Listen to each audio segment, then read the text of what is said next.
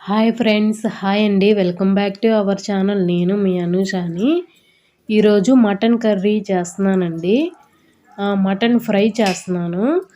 అందుకోసం ఒక అర కేజీ వరకు మటన్ తెప్పించేసుకున్నాను.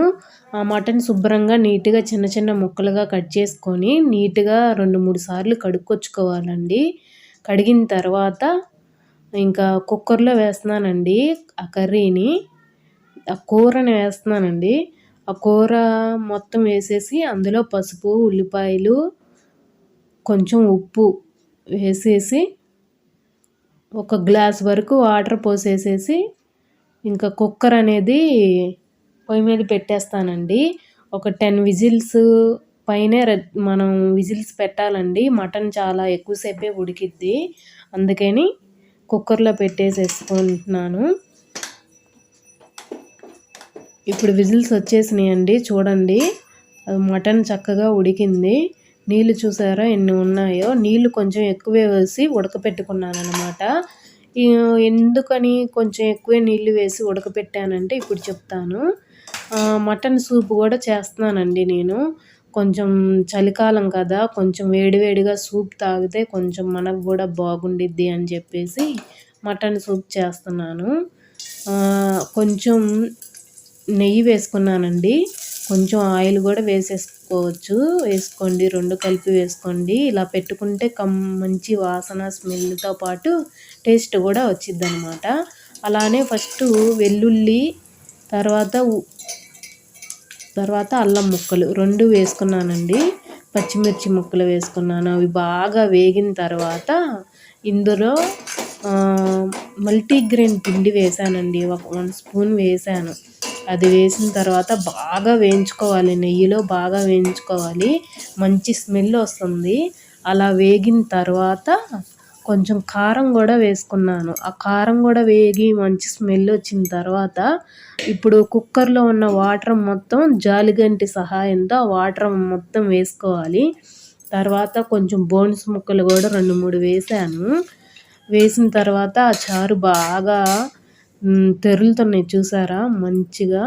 అసలు స్మెల్ మట్టికి ఇల్లంతా చాలా బాగా వచ్చింది. ఆ చారులో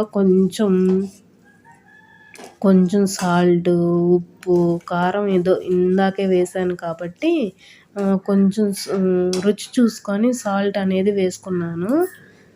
తర్వాత ఇందులో కొంచెం మిరియాల పొడి కూడా వేసుకున్నానండి. ఘాటుగా వేడిగా ఇది సూప్ అనేది తాగితే మనకి కఫం, జలుబు చేసినా కూడా వెంటనే తగ్గిపోయిద్దండి. కొంచెం గొంతు గుచ్చుకోవటం అలాంటివి ఉంటాయి కదా జలుబు చేసినప్పుడు ఇలాంటివి పెట్టుకొని తాగితే, మటన్ సూపు ఇలాంటిది తాగితే అసలు మంచి రికవరీ ఉండిద్దండి. వేడివేడిగా తాగాలి అది కూడా. తర్వాత ఫైనల్గా కొంచెం కొత్తిమీర వేసేసాను. ఇంకా సూప్ రెడీ అయింది.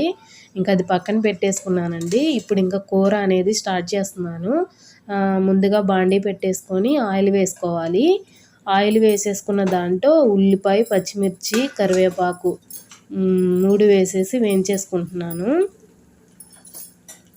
ఉల్లిపాయ, పచ్చిమిర్చి బాగా మంచి కలర్లో వచ్చిన దాకా వేయించుకోవాలి. మటన్ సూపు ఎందుకు చేశానంటే కొంచెం మా దగ్గరే ఉందండి. కొంచెం వేడివేడిగా తాగిద్దిలే అని చెప్పేసి చేశానన్నమాట. తర్వాత కరివేపాకు కూడా వేసేసాను.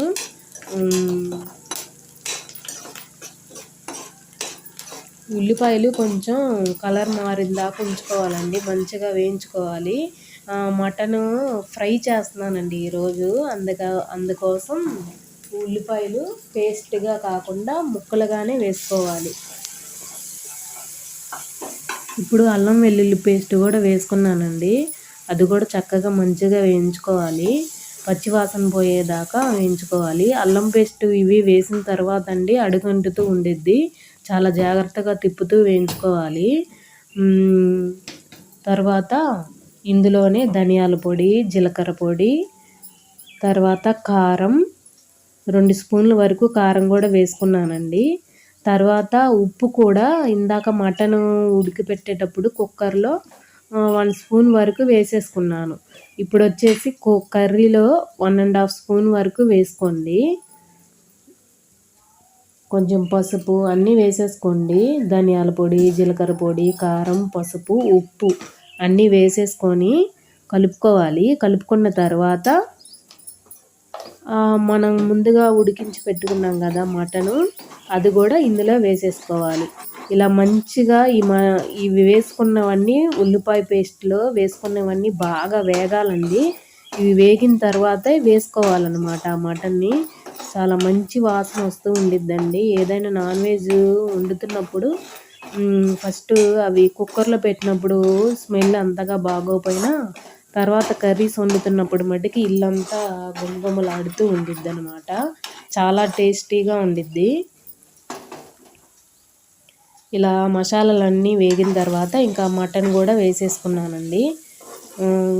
మరీ మెత్తగా ఉండాలి, మాకు బాగా ఫ్రైగా వద్దు అనుకుంటే కనుక కొంచెం ఎక్కువ విజిల్స్ రానిచ్చుకోండి. ఒక 15 దాకా విజిల్స్ రానిచ్చుకుంటే బాగా మెత్తగా అయిపోయిద్దనమాట. అప్పుడు ఇంతగా కొంచెం ఫ్రైలాగా చేస్తాం కదా, మళ్ళీ ముక్క వేగిద్ది. ఈ వేగినందువలన ముక్క మళ్ళీ గట్టిపడిద్ది. అందుకని కొంచెం పెద్దవాళ్ళు అనుకోండి, మరీ కొంచెం నవలలేరు అనుకున్న వాళ్ళైతే విజిల్స్ ఒక 15 వరకు తెప్పించుకుంటే సరిపోయిద్ది. తర్వాత ఇంకా బౌల్లోకి కూడా సూప్ తీసానండి. తాగిద్ది వేడివేడిగా అమ్మ అని నేను బౌల్ కూడా పెట్టేశాను. సూప్ తాగింది, చాలా బాగుంది, ఘాటుగా ఉంది కానీ చాలా బాగుంది అంది.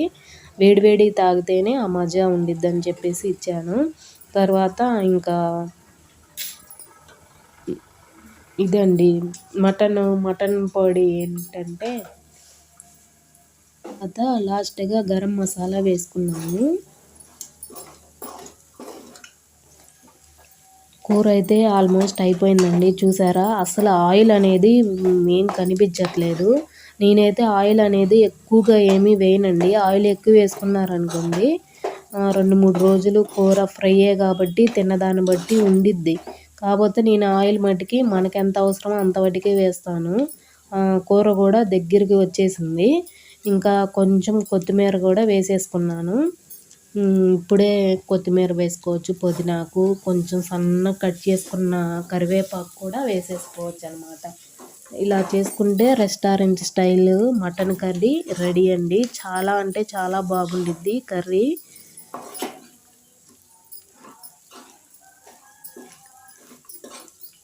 ఇంకా ఈరోజు అయితే మటన్ సూప్ చేశాను, అలానే మటన్ ఫ్రై కూడా చేశానండి.